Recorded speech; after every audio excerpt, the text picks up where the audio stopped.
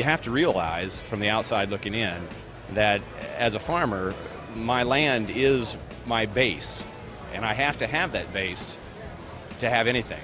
So I have to take care of that, just as I feel generations before me had done.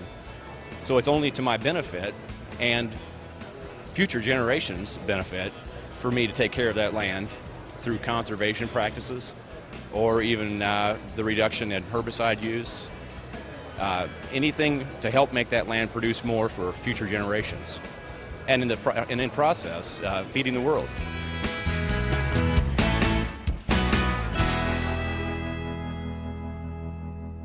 Congressman Southerland, welcome.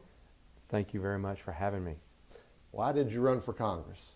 You know, I ran for Congress because growing up in a family business, understanding the challenges that we face and the goodness that comes out of family businesses, that we were under attack, and for the lack of a better word. So I just felt like it was time for me, based on where I was in my life, the age of our children, my experience and knowledge of business as well as history and our country and how our founding fathers intended for America to be, that it was a challenge that I needed to take to make sure that family-owned businesses, small businesses, the family farms, fishermen, those in timber, all the people that make up our district needed to have a better voice to fight for a better future.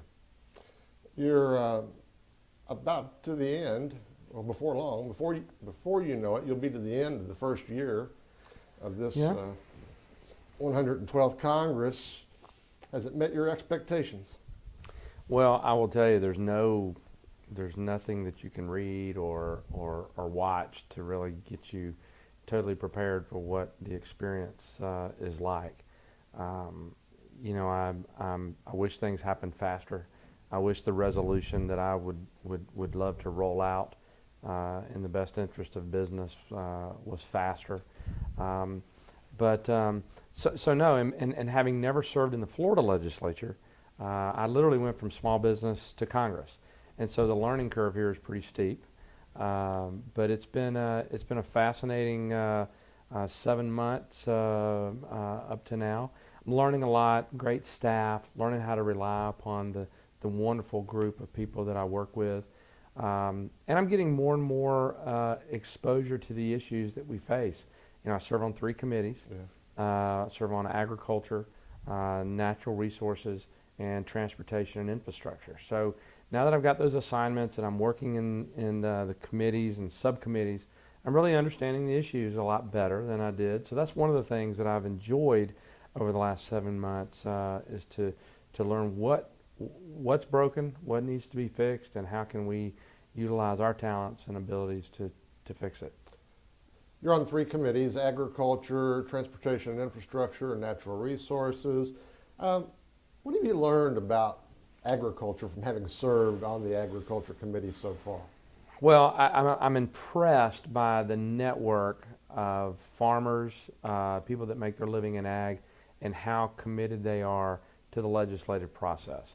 The Farm Bill gets a lot of attention, as it should, but I have, and through that, so many of the associations that come to D.C. In pursuit of fair legislation that enhances their industry rather than detracts from it. So I find that I'm impressed with how, just in my district alone, how peanut farmers work together, how dairy farmers work together. In the state of Florida, citrus, and what they do to fight for their cause. You know, the citrus farmers in our state have spent somewhere up to $50 million of their own money in pursuit of a solution for the greening problem that we have in the state of Florida. And greening is a national issue. Texas and Arizona, and California. We're talking about something that could be just the death nail to citrus in this country. So I'm impressed that there are groups and associations that are working together. to find solutions moving forward. So that's one of the things. And I also am, and I must note, I am pleased that much of the atmosphere in the committee, that there's many that have bipartisan support to really pave a brighter future for America's farmers.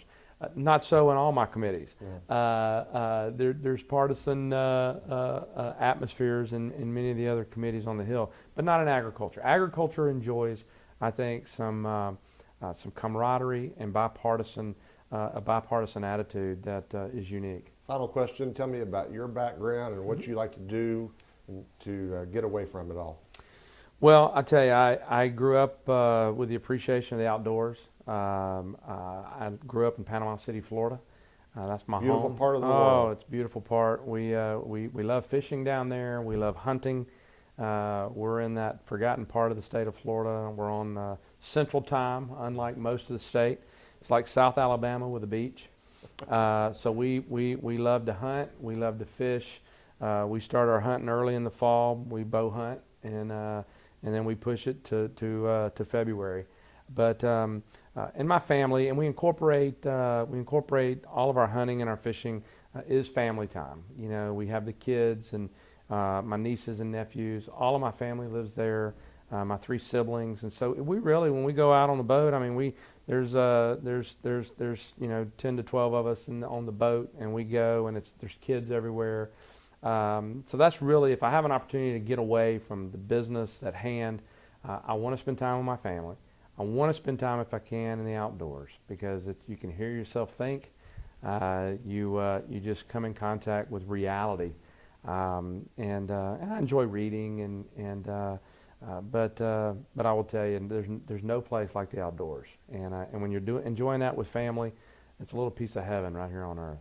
Florida's 2nd District Congressman Steve Southerland, thank you so much for the time. Oh, thank you.